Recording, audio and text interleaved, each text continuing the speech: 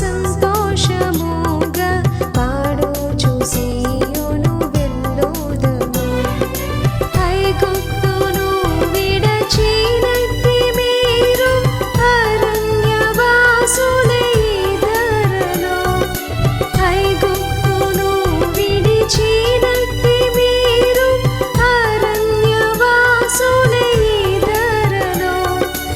నిత్య నివాసములే దీలలోన నేత్రాలు కానను పైనిల్పుడి. నిత్య నివాసములే దీలలోన నేత్రాలు కానను పైనిల్పుడి. సియోను పాటలు సంతోషముగా పాడుచు సీయోను వెళ్ళుదము. మారాను పోలిన చేదైన స్థలముల ద్వారా పోవలసియున్నానిని. మారాను పోలిన చేదైన స్థలముల ద్వారా పోవలసియున్నానిని. నీ రక్షకుండగు యేసే నడుపును, మారని తనదు మాటాడును. నీ రక్షకుండగు యేసే నడుపును, మారని తనదు మాటాడును.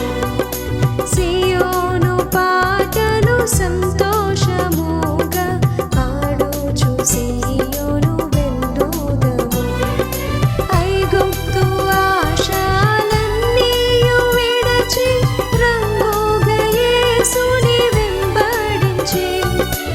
ఐగుప్తు ఆశలన్నీయు విడచి రంగుగా యేసుని వెంబడించి. పాడైన కోరహు పాపంబు మాని విధేయుడై వీరాజల్లుడి. పాడైన కోరహు పాపంబు మాని విధేయుడై వీరాజల్లుడి. సియోను పాటలు సంతోషముగా పాడుచు సీయోను వెళ్ళుదము. ఆనందమయ పరలోకంబు మనది, అక్కడ నుండి వచ్చునేసు. ఆనందమయ పరలోకంబు మనది, అక్కడ నుండి వచ్చునేసు. సియోను గీతము సొంపుగా కలిసి పాడేదము ప్రభు యేసుకు జయ. సియోను గీతము సొంపుగా కలిసి పాడేదము ప్రభు యేసుకు జయ. సియోను పాటలు సంతోషముగా పాడుచు సీయోను వెళ్ళుదము.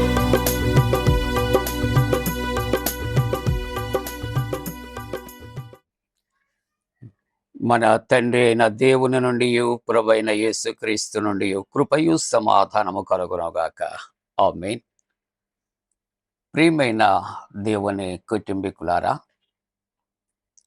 మరి ప్రభు పేరట పునరుద్ధాన శుభాలు మీ అందరికీ కూడా యేసుక్రీస్తు ప్రభు పరిశుద్ధ నామమున పండు prince and sisters YouTube channel ద్వారా తెలియజేస్తూ ఉన్నాను.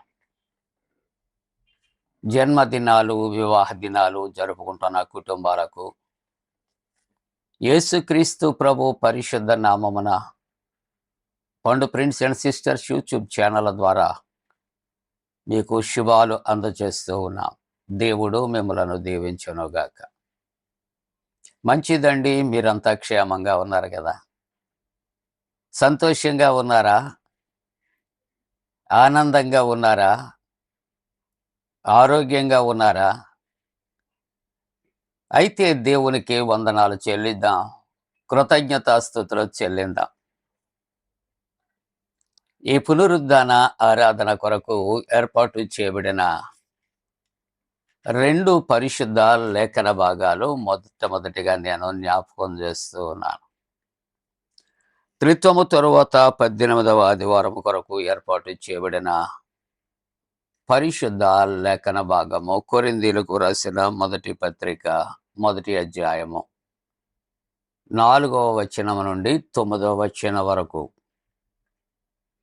సువార్త వాక్య భాగము మత్తయి సువార్త 22వ అధ్యాయము 34వ వచనం నుండి 46వ వచనం వరకు ఈ దినము మన కొరకు ఇవ్వబడింది. ఈ దినము వాక్య ధ్యానము కొరకు మత్తయి సువార్త 24వ అధ్యాయము పరిశుద్ధ వాక్యాన్ని మనం కలిసి చదువుకుందాం ప్రియులారా. మత్తయి సువార్త 22వ అధ్యాయం. మనము 34వ వచనము, ఆయన సద్దూకయ్యుల నోరు మోయించినని పరిసయ్యులు విని కూడి వచ్చిరి. ఆయన సద్దూకయ్యుల నోరు మోయించినని పరిసయ్యులు విని కూడి వచ్చిరి. ప్రియమైన దేవుని యొక్క కుటుంబమా, ప్రార్థన చేసుకుందాం.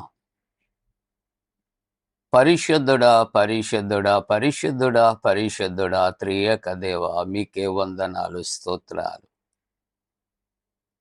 ఈ పునరుద్ధాన ఆరాధనలో పాల్గొని ఆరాధిస్తున్న ప్రతి కుటుంబమును కూడా దీవించి ఆశీర్వదించండి.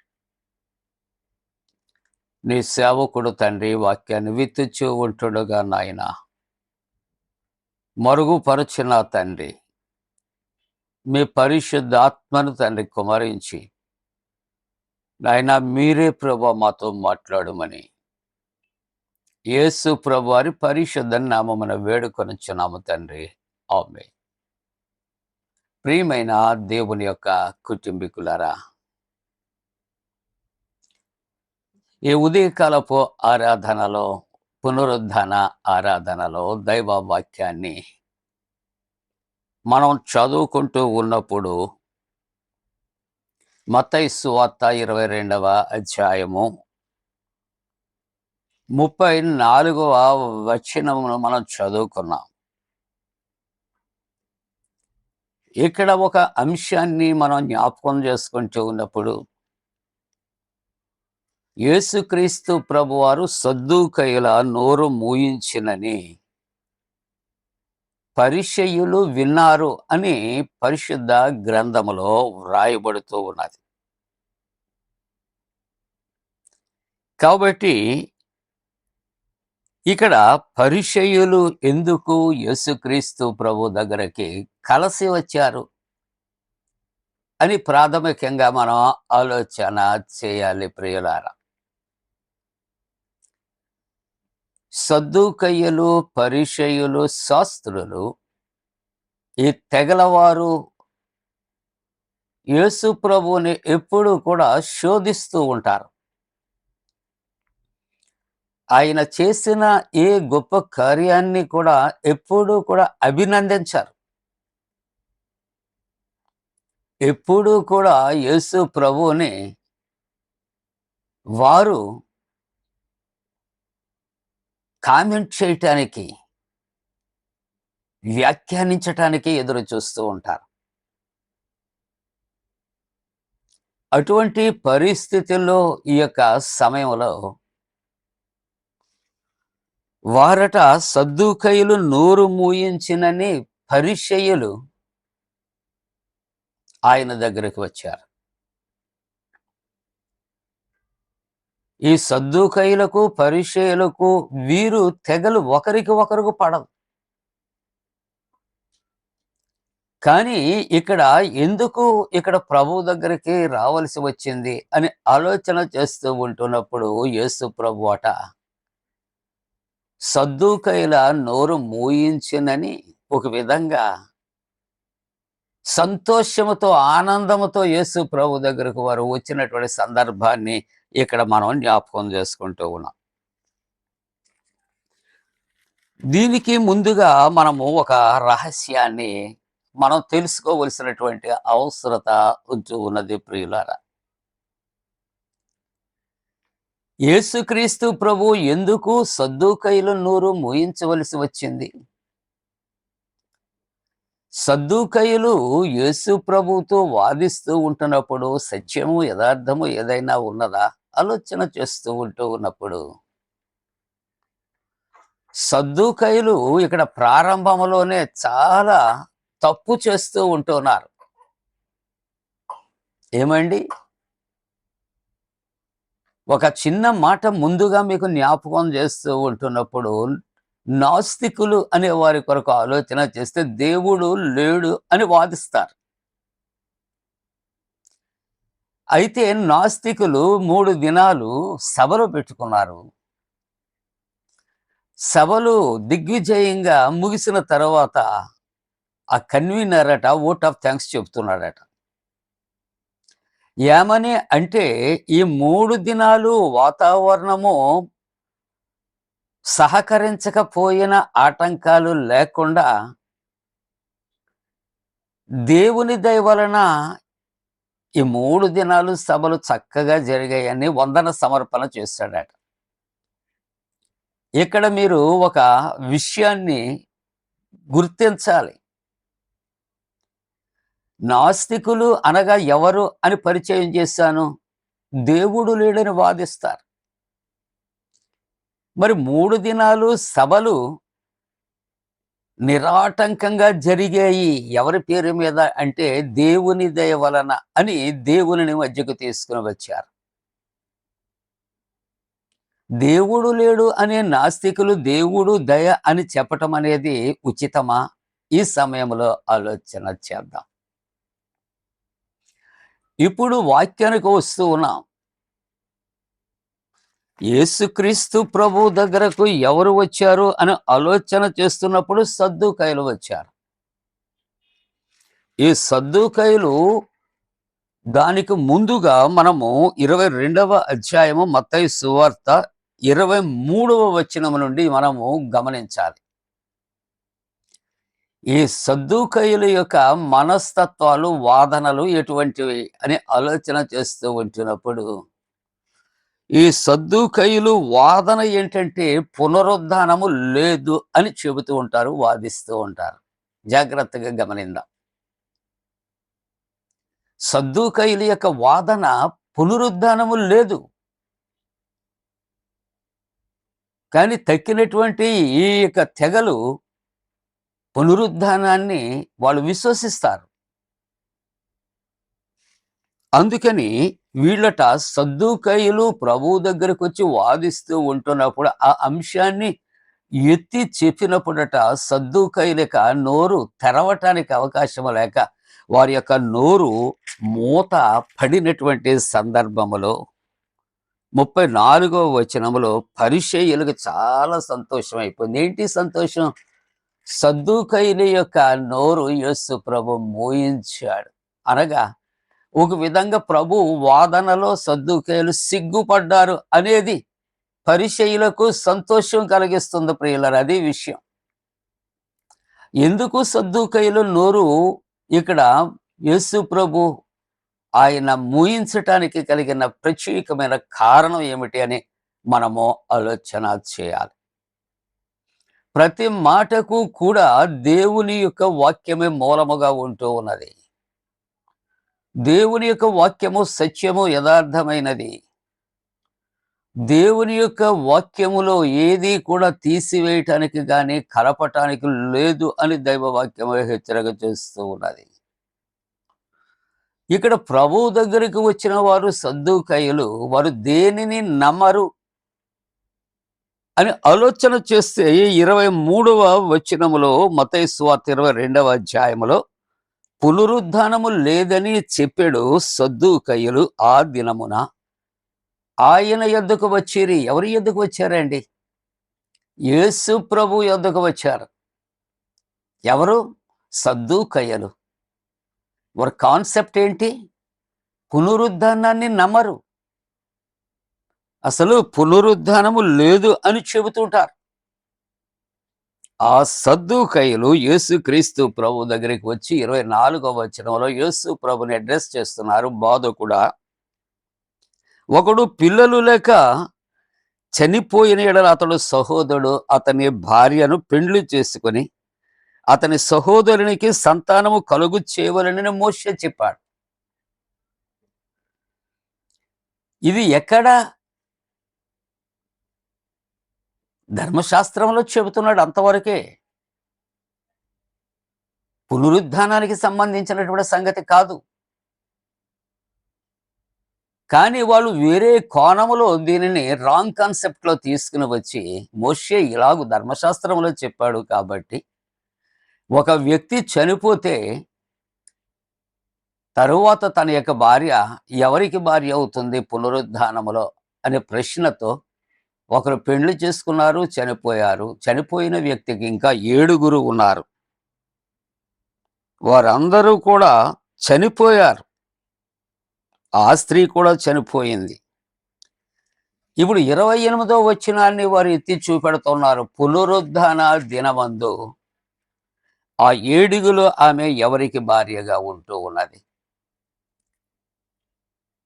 ఆలోచన చేద్దాం. వాక్యము ఎరిగినటువంటి వారు అనేక మంది ఉన్నారు. దైవ గ్రంథము సత్యము యథార్థాన్ని మాట్లాడుతూ ఉన్నది. కానీ సద్దూకయ్యుల కాన్సెప్ట్ ఏంటని ఆలోచన చేస్తే పునరుద్ధానము లేదు అంటున్నారు. కానీ మరలా వచ్చి ఏం చేస్తున్నారంటే పునరుద్ధానమందు ఆ స్త్రీ 7 ఎవరికి భార్య అగును అని ఒక తప్పుడు సిద్ధాంతాన్ని అక్కడ యేసు ప్రభుని అడుగుతూ ఉన్నట్లుగా చూస్తూ ఉంటున్నాం. అందుకు యేసు ప్రభు 29వ వచనంలో ఆయన చెబుతున్న మాట, అందుకు యేసు లేఖనములు గాని దేవుని శక్తిని గాని ఎరుగక మీరు పొరబడుచున్నారు.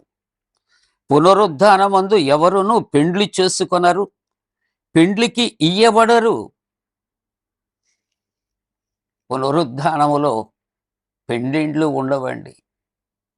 పెండిండ్లకు ఇయ్యబడరు, వారు పెండిండ్లు చేసుకొనరు అని దేవుని వాక్యం చాలా తేటగా వ్రాస్తూ, వారు ఎలాగూ ఉంటారు అంటే దేవుని వాక్యం అంటుంది వారు పరలోకమందున్నటువంటి దూతల వలె వారు ఉంటారు.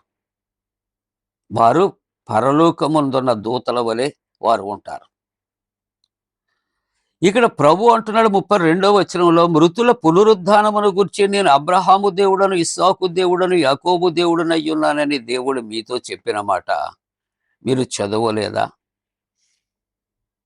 ఆయన ఎవరికి దేవుడు? చనిపోయిన వారికి కాదు, సజీవులకే ఆయన దేవుడు, కానీ మృతులకు మాత్రము దేవుడు కాడు అని యేసు ప్రభు సద్దూకయ్యులతో ఆయన చెప్పినట్లుగా చూస్తూ ఉంటున్నాం. ఈ మాటలు సద్దూకయ్యులే కాదు, సద్దూకయ్యులు ప్లస్ అనేక మంది వింటూ ఉన్నారు. జనులు ఈ మాటలు విని యేసు ప్రభు యొక్క బోధలకు ఆశ్చర్యపడ్డారు అని దైవ వాక్యము సెలవిస్తూ ఉంటూ ఉన్నది. ప్రియులారా, ప్రియమైన దేవుని యొక్క కుటుంబమా, పరిచయుల జీవితాల్లో, సద్దూకయ్యుల యొక్క జీవితాల్లో, శాస్త్రుల యొక్క జీవితాల్లో ప్రభు యొక్క యథార్థమైనటువంటి బోధలను నమ్మక కొట్టివేసి ప్రజలలో రాంగ్ ఇంటర్ప్రిటేషన్ అనేది, తప్పుడు వ్యాఖ్యానాలు వారు చేస్తూ, తప్పుడు వ్యాఖ్యానాలు నమ్ముతూ వారు దేవునిని తప్పుగా అర్థం చేసుకుంటున్నటువంటి సందర్భాలు మనము జ్ఞాపకం చేసుకుంటూ ఉన్నాం. కాబట్టి ఈ తలంపులతో పునరుద్ధానము లేదు అని చెప్పడి పునరుద్ధానమును నమ్మనటువంటి సద్దూకయ్యులు యేసుక్రీస్తు ప్రభు దగ్గరికి వచ్చి ఈ ప్రశ్నకు జవాబు, ఆ 7 ఈ భార్య ఎవరికి భార్య అవుతుంది పునరుద్ధానమందు అని అడుగుతూ ఉంటున్నప్పుడు ప్రభువు చెప్పినటువంటి మాటలకట ఇక జవాబు చెప్పలేనటువంటి సద్దూకయ్యుల యొక్క నోరు మూయబడింది. కాబట్టి వారికి అపోనెంట్స్గా ఉన్నటువంటి పరిచయులు వెంటనే వారు ఏం చేశారంటే సద్దూకయ్యుల నోరు యేసు ప్రభు మోయించినని వారు కూడి వచ్చిరి. ప్రియా దేవుని బిడ్డలారా, వీరి జీవితాల్లో భక్తి జీవితము కన్నా ఒకరితో ఒకరికి సఖ్యత లేనటువంటి వీరు ఇప్పుడు సద్దూకయ్యులకు అవమానం కలిగింది కాబట్టి వారు ఏం చేస్తున్నారంటే వారు కూడా కలిసి వచ్చి వారు ఇక్కడ ప్రభువునట శోధిస్తూ ధర్మశాస్త్రోపదేశకుడు బోధకుడు ధర్మశాస్త్రంలో ముఖ్యమైన ఆజ్ఞ ఏది అని అడుగుతున్నాడు. యేసుక్రీస్తు ప్రభు ఆయన 37వ వచనంలో చెబుతున్నటువంటి మాట, నీ పూర్ణ హృదయముతో, నీ పూర్ణ ఆత్మతో, నీ పూర్ణ మనస్సుతో నీ దేవుడైన ప్రభువును ప్రేమించాలి. నిన్ను వలె నీ పొరుగు వాళ్ళని ప్రేమించాలి. ప్రభు వారికి ఈ విధంగా తెలియచేస్తూ ఉన్నట్లుగా చూస్తూ ఉన్నాం. రెండవ వాక్య భాగాన్ని మనము జ్ఞాపకం చేసుకుంటూ ఉన్నప్పుడు కొరింథీయులకు రాసిన మొదటి పత్రిక 1వ అధ్యాయము 4వ వచనము నుండి మనము 9వ వచనం వరకు మనం చదువుకున్నాం. ఇక్కడ దేవుని యొక్క వాక్యము, దేవుని యొక్క ప్రేమ ఎటువంటిది అని ఆలోచన చేస్తూ ఉంటున్నప్పుడు, క్రీస్తు యేసునందు మీకు అనుగ్రహింపబడిన దేవుని యొక్క కృప, దేవుని యొక్క కృప ఎవరికి అందించబడింది? మనము ఇంకను పాపులమై ఉంటుండగా క్రీస్తు మన కొరకు చనిపోయాడు. మన కొరకు ప్రాణము పెట్టినటువంటి దేవుడు. ఆయన కృప పాపుల ఎడల విస్తరింప చేసినట్లుగా మనము చూస్తూ ఉంటున్నాం.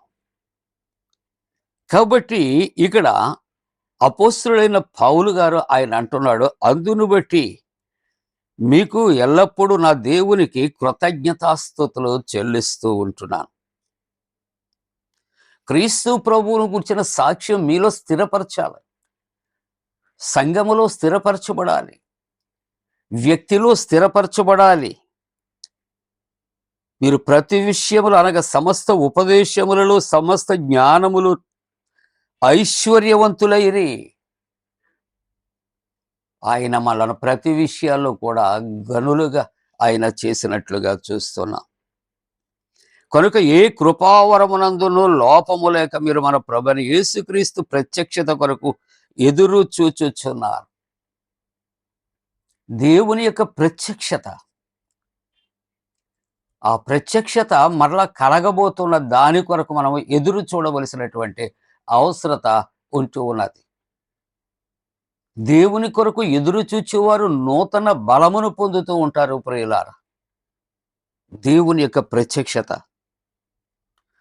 మన ప్రభువు ఆయన రాబోతూ ఉన్నాడు. ఆయనతో మనలను తీసుకుని పోవటానికి ఆయన వస్తున్నాడు. సంఘము సిద్ధపడాలి. ఆయన వచ్చే సమయానికి మనం ఏ విధంగా ఉండాలని ఆలోచన చేస్తే అపరాధులుగా కాదు, కానీ మనము నిరపరాధులుగా మనము ఉండాలి. అనగా అపరాధము లేనటువంటి వారముగా, పాపము లేనటువంటి వారిగా, పాప క్షమాపణ మనము పొంది క్రీస్తు యేసు రక్తములు శరీరములు పాలు పంపులు తీసుకొని మనమును కూడా ప్రభు ఎదుట క్షమాపణ పొంది ప్రభు యొక్క బిడ్డలముగా మనము తీర్చబడాలి, నిరపరాధులుగా మనము తీర్చబడాలి. ఇక్కడ 9వ వచనములో అంటాడు, మన ప్రభు అయిన యేసు క్రీస్తు అను తన కుమారుని సహవాసమునకు మిమ్మల్ని పిలిచిన దేవుడు. దేవుడు తన ప్రత్యక్షత మనకు అనుగ్రహిస్తూ ఉన్నాడు. ఆయన సహవాసములోనికి మనలను ఆహ్వానిస్తూ ఉంటున్నాడు. ఆయన సహవాసము ఎటువంటిది అంటే పరిశుద్ధమైనది. పాపులను మాత్రమే ప్రేమించాడు, పాపాన్ని ద్వేషించాడు. మనతో సహవాసము చేయటానికి ఆయన పాపులమైనటువంటి మన మధ్య ఆయన నివసించాడు. దేవునికి మానవునికి మధ్యవర్తిగా ఆయన ఉన్నాడు. తనతో మనము సహవాసము చేయాలి. హానోకు దేవునితో సహవాసము చేశాడు. హానోకు దేవునితో నడిచి వెళ్ళిపోయాడట. మన జీవితాల్లో కూడా మనమును కూడా ప్రభు యొక్క ప్రేమను మనము కలిగి ఉందాం. దేవుని యొక్క ధర్మశాస్త్రం మీద నమ్మిక ఉంచుదాం. సద్దూకయ్యులు పునరుద్ధానాన్ని తిరస్కరించారు, నమ్మలేదు. పునరుద్ధానము ఉన్నది. ఆయన చనిపోయి సమాధి చేయబడి తిరిగి పునరుద్ధానుడే 3వ దినాన లేచాడు. ఆయన తన తండ్రి యొద్దకు పరలోకానికి ఆరోహణమయ్యాడు. లోకము మరలా ఆయన ప్రత్యక్షత కొరకు ఎదురు చూస్తూ ఉన్నది. ఆయన రాబోతూ ఉన్నాడు. ఆయన వచ్చే సమయానికి సంఘము అని మనం చెప్పుకోవాలి. అంటే ఏదో ఒక ఊరు, ఒక చర్చి కాదు, సార్వత్రిక సంఘము. ప్రపంచం అంతా కూడా పరిశుద్ధపరచబడాలి. ఆయనతో ఎత్తబడాలి అంటే నిరపరాధులుగా మనము ఉండాలి. ఆయన రక్తములో కడగబడాలి. పాపములు విడిచిపెట్టాలి. ప్రభు అంటాడు పేతురు పత్రికలో, నేను పరిశుద్ధుడను, మీరును కూడా పరిశుద్ధులై ఉండండి. కాబట్టి సద్దూకాయలు పునరుద్ధానాన్ని నమ్మనటువంటి సద్దూకాయలు వచ్చి పునరుద్ధానమందు ఆ 7గురిలో ఈమె ఎవరికి భార్య? పునరుద్ధానములో పెండ్లి చేసుకుంటూ ఉండదు, పెండ్లికి ఇవ్వబడుతూ ఉండదు. కానీ పునరుద్ధానం అనేది ఉన్నది. ప్రభు తప్పనిసరిగా ఆయన మరలా ఆయన తిరిగి లేచినటువంటి దేవుడు మన దగ్గరకు, మన మధ్యకు వస్తాడు. మనం అందరమును కూడా ఆయనతో పునరుద్ధానం చెందవలసినటువంటి అవసరత ఉంది. ఆయన యందు విశ్వాసం ఉంచుదాం. ఆయన కృప కొరకు ఎదురు చూద్దాం. ఆయన సహవాసములోనికి చేర్చబడదాం. అలా చేయటానికి దేవుడు తన పరిశుద్ధాత్మ కూడిన మనపై మెండుగా కుమరించునుగాక. ఆమేన్. సమస్త జ్ఞానమునకు మించిన దేవుని సమాధానం యేసుక్రీస్తు వలన మీ హృదయాలకు తలపలకు కావలి ఉండునుగాక. ఆమేన్. ప్రార్థన చేసుకుందాం. పరిశుద్ధుడా నీకు వందనాలు. త్రిత్వము తరువాత 18వ ఆరాధనలో పాల్గొని ఆరాధిస్తున్న కుటుంబాలను, బిడ్డలను దీవించండి, ఆశీర్వదించండి. దేవా, విత్తబడిన వాక్యమును ఫలింపచేయండి. సద్దూకయ్యుల వలె కాదు, కానీ మేమందరము నీ పునరుద్ధానము నాయనా కలదు అని విశ్వసించటానికి నాయనా ఇదిగో మమ్మలను సిద్ధపరచండి. నాయన జన్మదినాలు, వివాహ దినాలు జరుపుకుంటున్న కుటుంబాలను ఆశీర్వదించండి. అనారోగ్యముతో ఉన్న వారిని స్వస్థపరచండి. చంటి బిడ్డ తల్లుల కొరకు, యవనస్తుల కొరకు, వివాహ వ్యవస్థలో ప్రవేశించే నీ బిడ్డల కొరకు, గర్భిణీ స్త్రీలు సుఖప్రసవ కొరకు, సంతానము కొరకు ఎదురు చూస్తున్న కుటుంబాల కొరకు, దూర ప్రయాణంలో ఉన్న వారి కొరకు ప్రార్థన చేస్తూ యేసు ప్రభు వారి పరిశుద్ధ నామమున వేడుకొనుచున్నాము తండ్రి. ఆమేన్. పరలోకమందున మా తండ్రి, నీ నామం పరిశుద్ధపరచబడను గాక, నీ రాజ్యం వచ్చును గాక, నీ చిత్తం పరలోకమందు నెరవేర్చున్నట్టు భూమి అందు నెరవేరును గాక. మా ఇందిన ఆహారమనేడు మా దాయిచ్చే, మా ఎడల అపరాధము చేసిన వారిని క్షమించిన ప్రకారముల అపరాధము క్షమించము, శోధనలోనే కీడులను తప్పించము. రాజ్యము, శక్తి, మహిమ నిరంతరము నీవై ఉన్నవి. ఆమేన్. ప్రభువు నిన్ను ఆశీర్వదించి నిన్ను కాపాడుగాక. ప్రభువు నీకు తన సన్నిధిని ప్రకాశింపచేసి నిన్ను కరుణించుగాక. ప్రభువు నిన్ను తన సన్నిధి కాంతి ఉదయింపచేసి నీకు సమాధానము కలుగు చేయునుగాక. ఆమేన్.